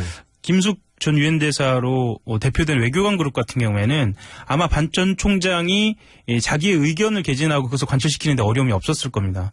그런데 전략 사이드라고 볼 수 있는 그 MB 쪽 사람들은 아마 적극적으로 본인들의 의견을 개진하면서 약간의 어떤 의견 조율이 필요하다거나요. 이런 상황이에요. 그래서 지금 반 전 총장 같은 게 굉장히 조급하거든요. 그래 보입니다. 네, 굉장히 조급하고 게다가 또 지지율도 답보 상태여서 정확하게는 답보가 아니고요. 왜 언론이 거짓말하나 몰라요? 미안해서 그런가? 답보 아니고요. 내려가고 있어요. 한참. 네. 제가 욕심 답보 2개 들렸네요. 내려가는 거는 예. 팩트이기 때문에 예. 네. 그게 이제 한 언론조사 기관의 수치를 말할 수는 없고 예. 여러 언론 기관의 경향성을 말하자면 확실히 하락입니다. 추세는 좀 그렇게 보이죠. 네. 그래서 내부적으로는 이 두 세력이란 표현에 맞는 것 같은데요. 이 두 세력 간의 갈등으로 비춰질 수도 있다. 자, 그걸 이제 정비를 해서 이제 문제는 인식한 것 같아요. 예. 반기문 총장 측에서도 이렇게 어지럽게 민생 행보해가지고 지지를 끌어올릴 수도 없고 네. 그리고 그게 맞지도 않고 그래서 아마 이제 방향을 좀 틀어서 방송 출연도 좀 하시고 네. 어제도 있었죠. 그리고 이렇게 정리된 멘트나 메시지를 내려고 노력할 것 같은데 앞으로. 네. 그러면서 이제 몇 가지 설이 나왔잖아요. 처음에는 바른정당에 입당한다는 설이 제일 먼저 나왔다가 네. 이게 그다지 여의치가 않은지 네. 그게 들어간 다음에 이제 본인이 직접 창당한다는 설이 또 나왔잖아요. 예. 이 현장에서 느끼기에 그리고 이제 물론 연대설도 있습니다. 빅텐트 해가지고 네. 본인을 중심으로 다 모여라. 네. 근데 창당설과 연대설은 딱히 별개의 것이 아니라 연달아 있을 수도 있는데 예. 창당 이게 가능한 정도인가요? 분위기가? 물론 충청권 지역 의원들이 지금 한 사람 두 사람 탈당하기 시작하긴 했는데 창당을 위한 창당은 아니고요. 말하자면 연대나 통합을 위한 창당은 가능하다라는 내부 분위기는 있는 것 같아요. 자기 몸집을 좀 키워야 된다 스스로. 예. 근데 사실 창당이 쉽지 않거든요. 이 비용 사실 반기문 전 총장하고 기자들하고의 간담회 때 이야기한 거를 비춰보면 그때가 아마 이 창당 입당 연대에 대해서 솔직하게 전부를 얘기를 하는 거예요. 돈 없다. 그렇죠. 이날이요. 네. 그게 첫 마디였어요. 창당은 어마어마한 돈이 들거든요. 안철수 전 대표 같은 경우에도 네. 창당 때 실제로 그 비용 때문에도 고생을 했다는 얘기. 그러니까 안철수 전 대표처럼 이렇게 재력 있는 분도. 네. 그랬다는데 시간도 너무 부족하고요. 네. 그렇죠. 게다가 창당을 지금 해가지고 2월 15일 이전에 할 수 없잖아요.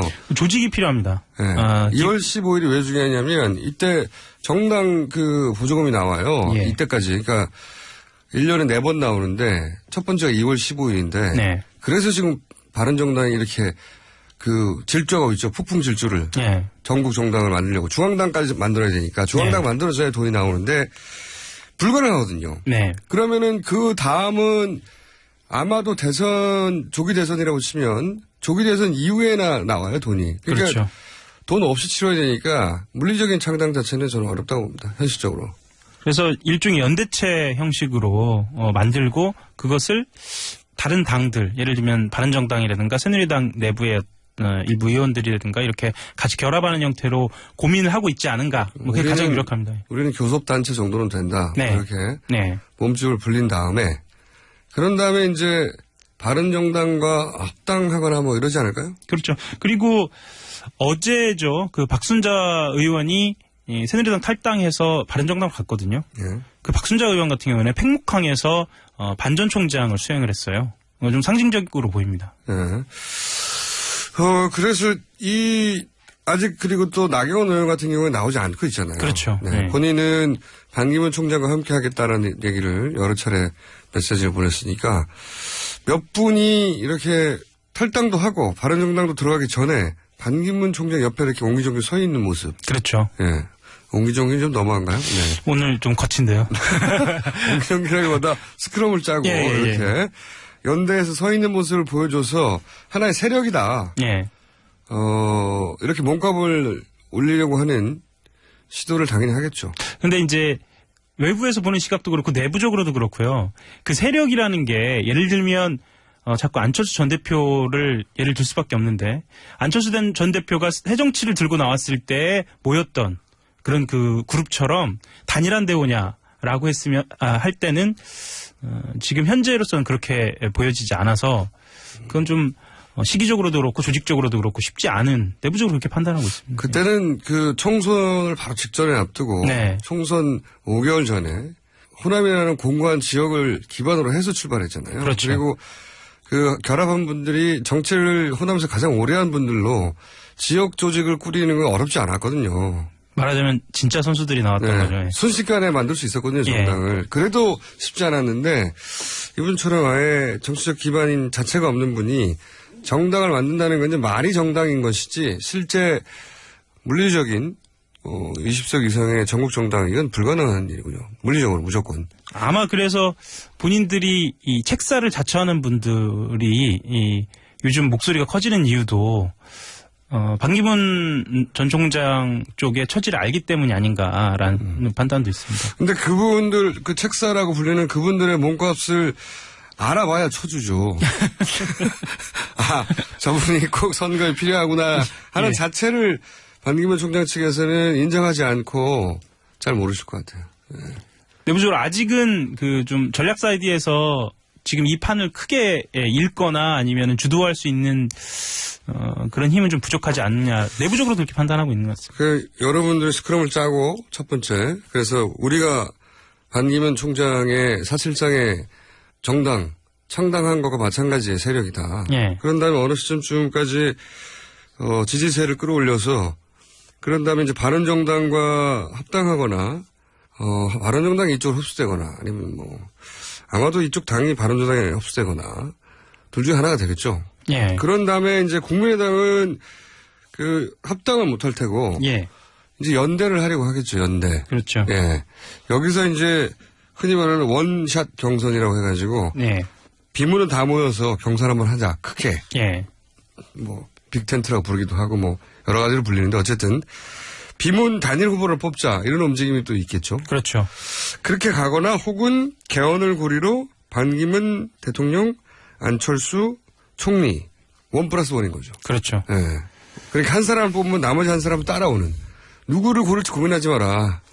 요런 그림 이게 쉽지는 않을 거라고요. 쉽지 않습니다. 또 지금 언론에서 고려하고 있지 않은 변수가 뭐냐면 2020년 총선이거든요. 왜냐하면 총선까지 시간이 너무 많이 남았기 때문에 의원들이 굳이 이렇게 대선에서 자기 세력이 꼭 대권을 잡아야 한다.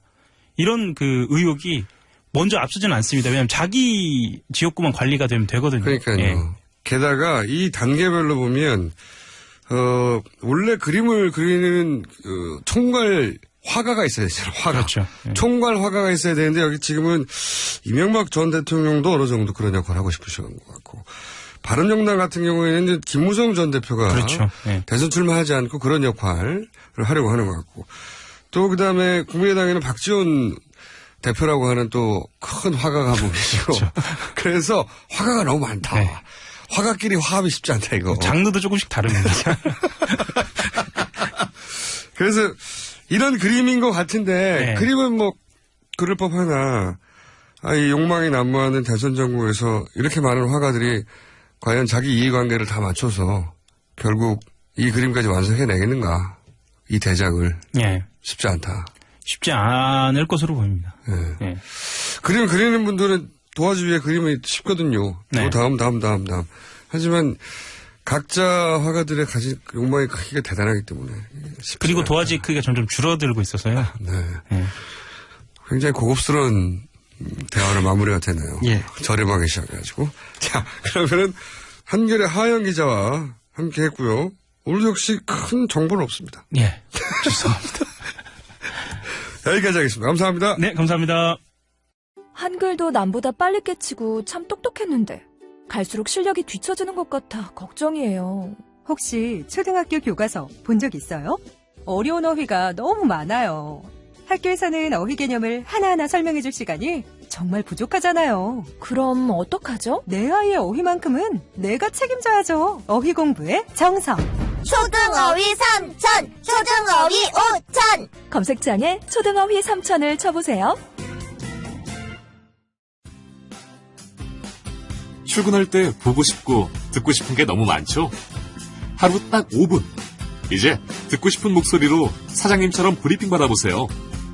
출퇴근하실 때 관심 있는 것만 짧게 요약해서 브리핑해드리는 나만의 음성비서. 27조 브리핑 이어링이 있습니다. 앱스토어에서 이어링을 다운로드하세요. 아주 사소한 것까지 브리핑해드립니다. 나만의 음성비서 27조 브리핑 이어링. 동결건조로 영양소 손실을 최소화한 아로니아 분말 들어보셨어요? 우리 농장 아로니아 분말은 전라북도 김제에서 직접 수확한 100% 국내산 무농약 아로니아로 만들었습니다. 눈에 좋고 피부에 좋고 혈액순환에 좋은 우리 농장 아로니아 분말. 뛰어난 항산화 작용으로 노화를 방지하고 면역력을 높여 건강을 지켜줍니다. 명절 선물로도 아주 좋아요. 네이버에서 우리 농장 아로니아를 검색해보세요.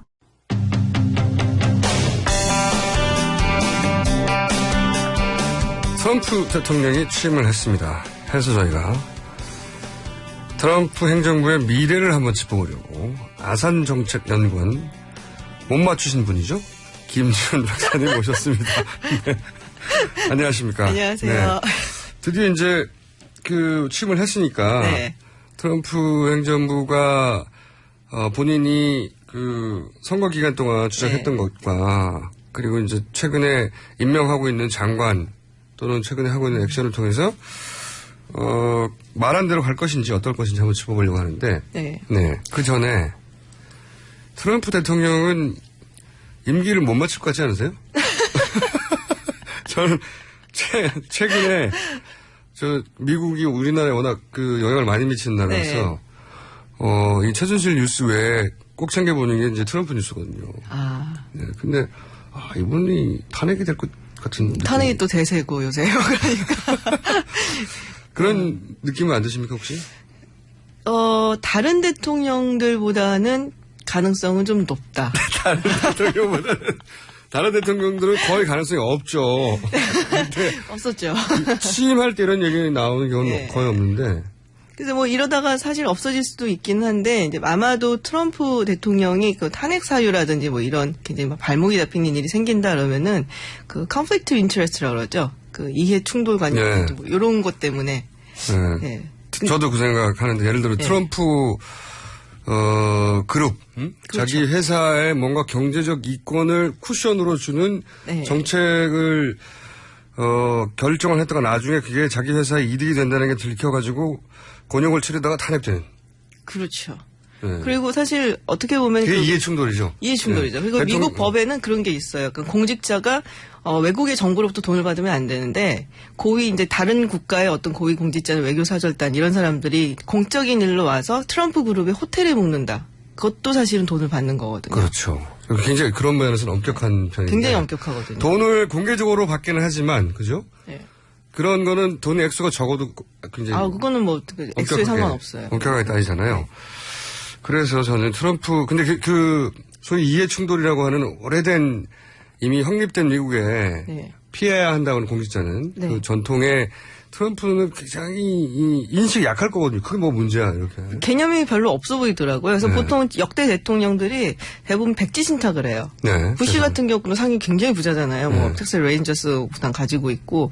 근데 이제 트럼프 같은 경우는 또 어마어마한 부자니까 어떻게 할 거냐 이제 관심이 집중됐었는데 아들한테 경영권을 주고 그냥 신탁을 한다 이렇게 얘기를 했거든요. 아들한테 신탁이 어디 있습니까? 그러니까요. 밥 먹으면서 또 얘기가 나오는 건데 그거는 눈 가리고 아웅이죠. 근데 그게 본인한테는 뭐 그렇게 대단한 일이냐라고 생각하는 그러니까 부시만 해도 정치가 집안이니까 그게 얼마나 큰 문제가 될 수 있는지 알아서 신탁을 하는데 이분은 그런 생각이 공사 구분에 대해서 별로 없는 것 같더라고요. 그래서 크고 다치죠 우리처럼.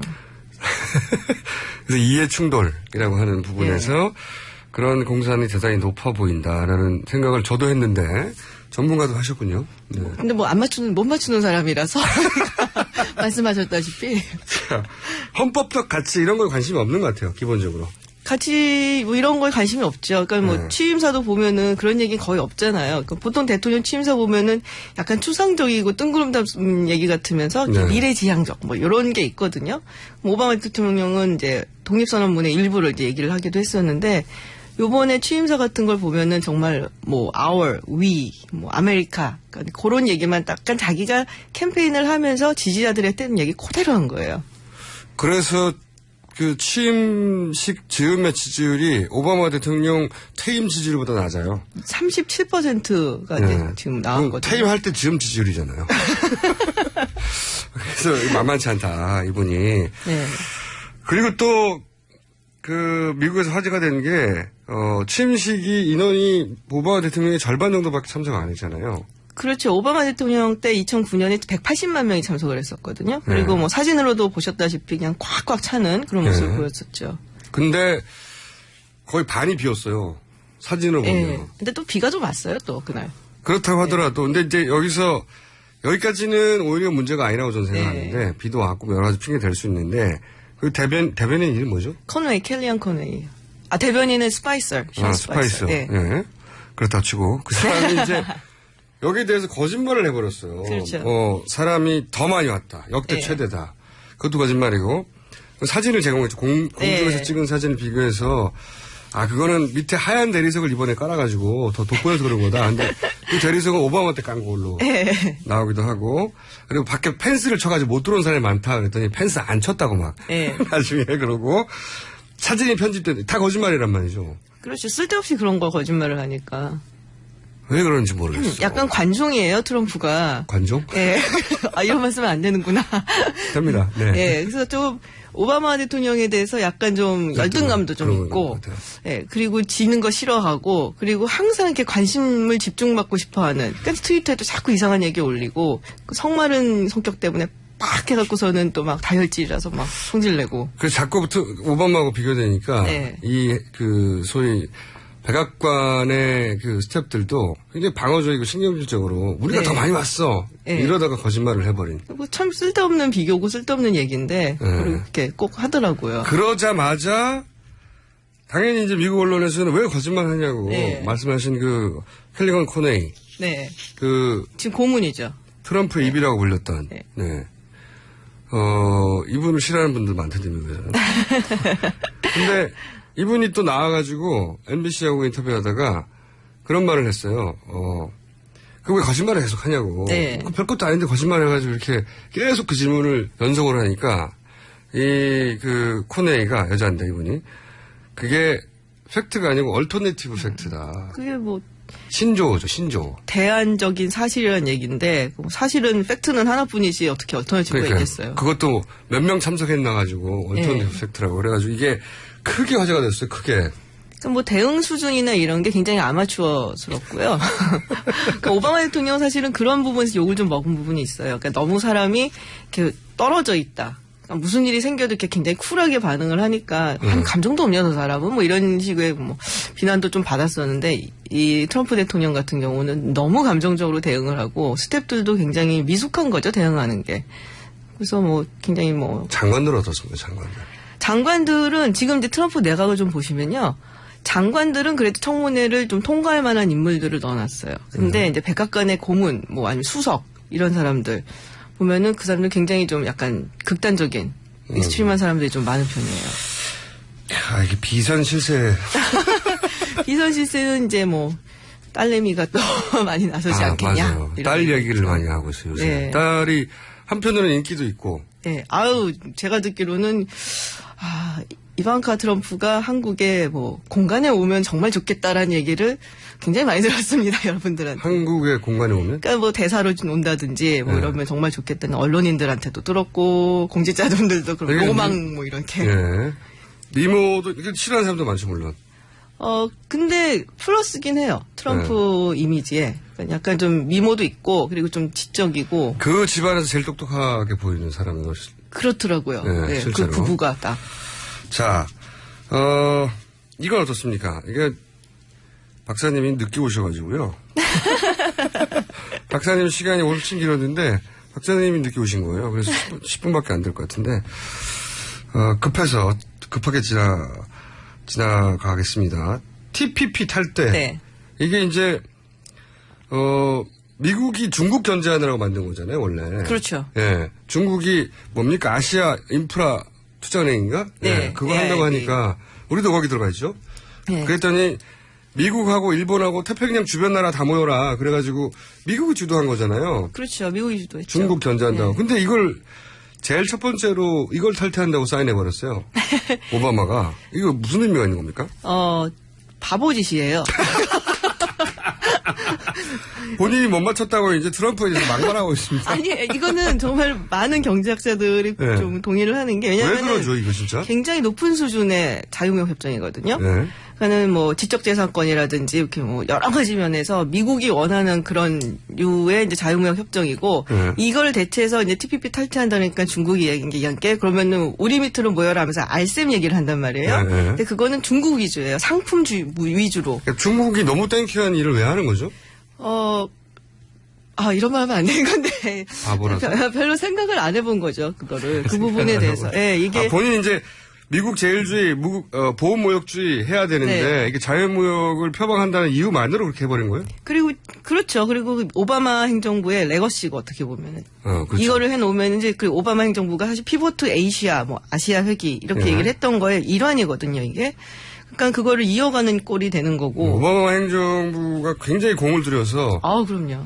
간신히 만들어 놓고, 사실은 환태평양이라고 하면 아시아도 끼고 남미도 끼고 북미도 끼고 엄청나게 큰 경제권을 합치자고 하는 걸 거의 다 만들어 놨는데 그렇죠. 이걸 다 뭉개버린 거 아닙니까? 그렇죠. 그러니까 자유무역 협정에 두 가지 파트가 있어요. 뭐 우리 상품 같은 게 있고 그다음에 서비스 부분이 있는데 미국은 서비스 부분에서 거의 이제 흑자를 보는 편이고 TPP 같은 경우가 서비스 부분을 강화한 거거든요. 그러니까 이거를 나온 거는 사실은 굉장히 좀 바보 같은 결정이죠. 미국이 국익을 봤을 때. 그게 이제 오바마 콤플렉스 때문일 수도 있고 그죠? 그렇죠. 그리고 텐션 동안 항상 그 얘기를 했잖아요. 근데 아마도 얘기를 안 했으면 미국 사람들이 TPP가 뭐야 뭐 이랬을 거예요. 근데 이거를 이슈로 만들어놨기 때문에 지금 와서 처리하기도 사실은 좀 곤란하고.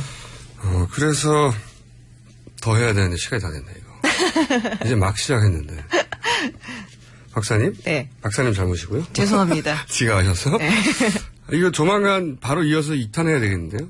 왜냐하면 미국이 어떻게 할 건지는 굉장히 우리한테 영향을 많이 미치는 사안인데. 그렇죠.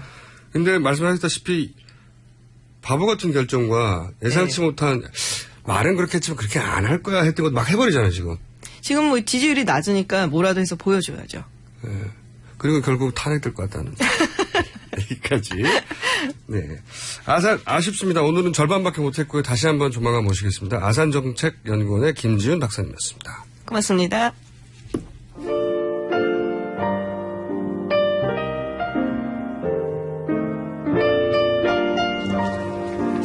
자, 급조한 프로젝트인데, 이 버스 기사님들이 뉴스공장을 듣고 있으면 저희한테 문자를 보내달라고 했는데 그런 분들이 보내주시기 시작하자 아예 버스 기사님들이 보내주기 시작하셨습니다. 이제 네 감사합니다.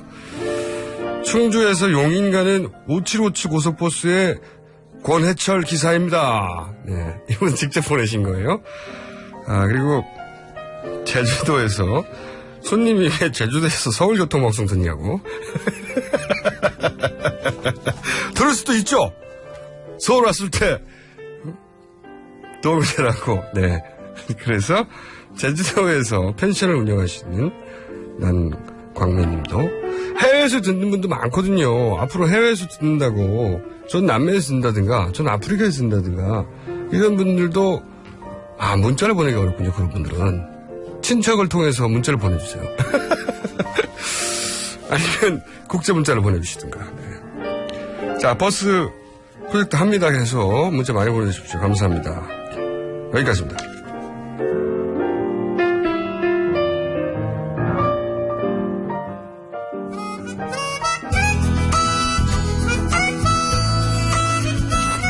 자, 굉장히 바티게 진행됩니다, 오늘. 조성주가 간다. 어디 갔다 오셨어요? 억울한 사람들 만나고 왔습니다. 항상 그렇잖아요. 네.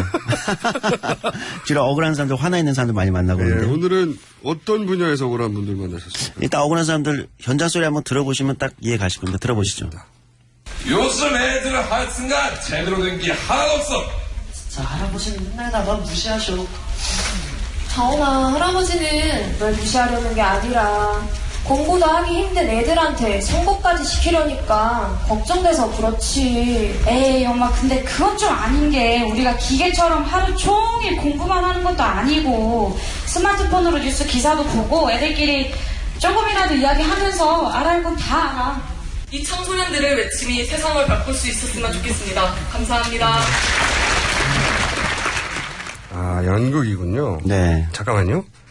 택시기사님들이 불만을 보내주셨어요. 택시기사는 어떡하라고. 네. 택시 포함? 네, 이거 와주세요. 예, 영국입니다. 그러니까 지난주였는데요. 선거 연령이나 지금 18세로 인하했으면 지금 현행은 이제 19세죠. 인하를 주장하는 청소년 단체들이 국회에서 이제 크게 토론회를 열었는데 그 앞에 이제 사전에 진행된 연극 내용입니다. 뭐 아시겠지만 지금 여야 간에 그리고 각 정당들 간에 대선 앞두고 18세로 선거 연령 인하하는 거하고 결선 투표제 이런 게 이제 나름 쟁점이거든요. 물론 이제 며칠 전에 여야 간 이제 원내 수석들의 회동에서는 불발됐어요. 1월 달 통과는 지금 뭐 안행위는 국회 안전행정위원회에 통과돼 있는 상황이지만 아직 쟁점이 있어가지고 그래서 청소년들이 이번 촛불 집회에도 뭐 수백만 명 나올 때 청소년들이 굉장히 많이 나온 게 인상적이었잖아요. 근데 이게 이제 이건 세계적인 기준만 보면 간단합니다. 이게 OECD 국가 중에서는 우리나라밖에 18세까지 투표권을 안 주는 나라는 우리나라밖에 없고. 그렇죠. OECD 국가 중에 우리밖에 없고요. 그다음에 이날 토론회 자료면 전 세계 157개 국가 중에서 18세 이하 청소년에게 선거권을 허용하는 데가 147개. 네. 안 하는 나라가 10개밖에 없다는 거죠. 거기에 이제 대한민국이 있는 거죠. 네. 네. 안 하는 나라들 보면 우리가 이름 못 들어본 나라들이에요. 못 들어본 나라예요. 네. 말씀드려도 몰라요. 네, 저도 잘 모르는 나라들이에요. 국가가 생긴 지 얼마 안 됐거나 아직 체제가 제대로 안 잡히는 곳이지. 왜냐하면 18세면은 군대도 가고요. 그렇죠. 모든 의무를 국가가 부여하는 모든 의무를 다 줍니다. 병역의 의무가 주어지고요. 납세의 의무도 있어요. 다 주어지는데 선거권만 안 주는 거예요. 이 이유는 간단해요. 선거권 그러니까 이 연령대가 자기들의 후보에 유리한 지지율을 나타내냐 안 나타내냐 이유 하나지 다른 이유는 없어요. 그렇죠. 지금 이제 소위 말하는 이제 여야 간의 선거의 유불리를 계산하다 보니까 이런 건데 이 문제를 과연 그렇게 접근할 문제냐 아니면 보편적 민주주의의 어떤 시민권으로 접근할 문제냐 이걸 볼 필요가 있겠죠. 거창할 것도 없고 군대 가면 투표도 할 수 있어야죠. 근데 그게 굉장히 중요한 거거든요.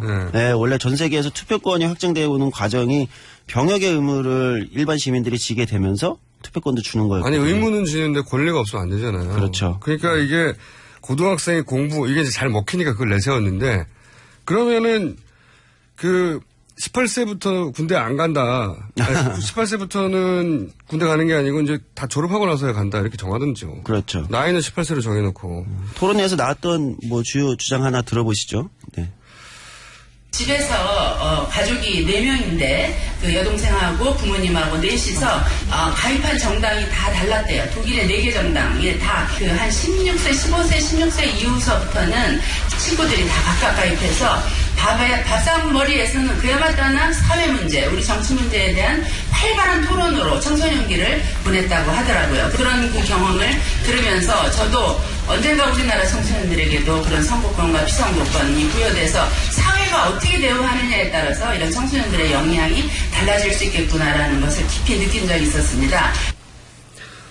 이 연령대에 정치 이야기를 해야 하고 기본적으로 다른 나라에서는 당연히 철학이나 다른 과목을 통해 정치 얘기를 해요. 그렇죠. 당연합니다. 그러면서 이제 자연스럽게 청소년들 그 외국에서는 자신들이 지지하는 정당 사회 문제에 관심 가지게 되고 올바른 판단을 하게 되는 거죠. 아니 그러니까 나이가 많다고 반드시 올바른 정치적 판단은 아닌 것처럼 나이가 어리다고 정치적 판단 못하는 게 아니란 말이죠. 그렇죠. 어떤 의미에서는 어른들이 야 세상에 원래 그런 게 아니야라고 하는 때가 묻지 않고 그냥 그 기본적인 원칙적으로 선택을 하니까 더 올바른 판단을 할 수도 있어요. 근데 여하간 다른 걸 다 떠나서 군대 가면 원리 줘야 되는 거예요. 간단한 거예요. 그래서 다른 나라 다 주는 겁니다. 예.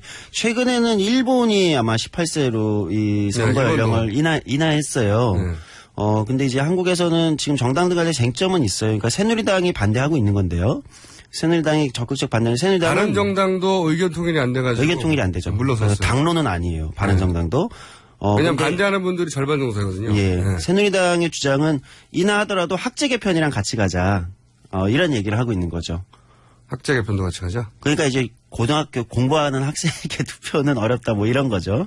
예. 네, 다른 나라는 뭐 공부 안 하니까 투표합니까? 이거 그럼 전혀 다른 문제인데 자꾸 선거권을 주면 공부를 못할 거라고 하는 일종의 협박이죠. 네. 상관없어요. 다른 나라도 다 그렇게 해요. 네. 그래서 어쨌든 이 청소년 참정권 문제는 그것도 공부입니다.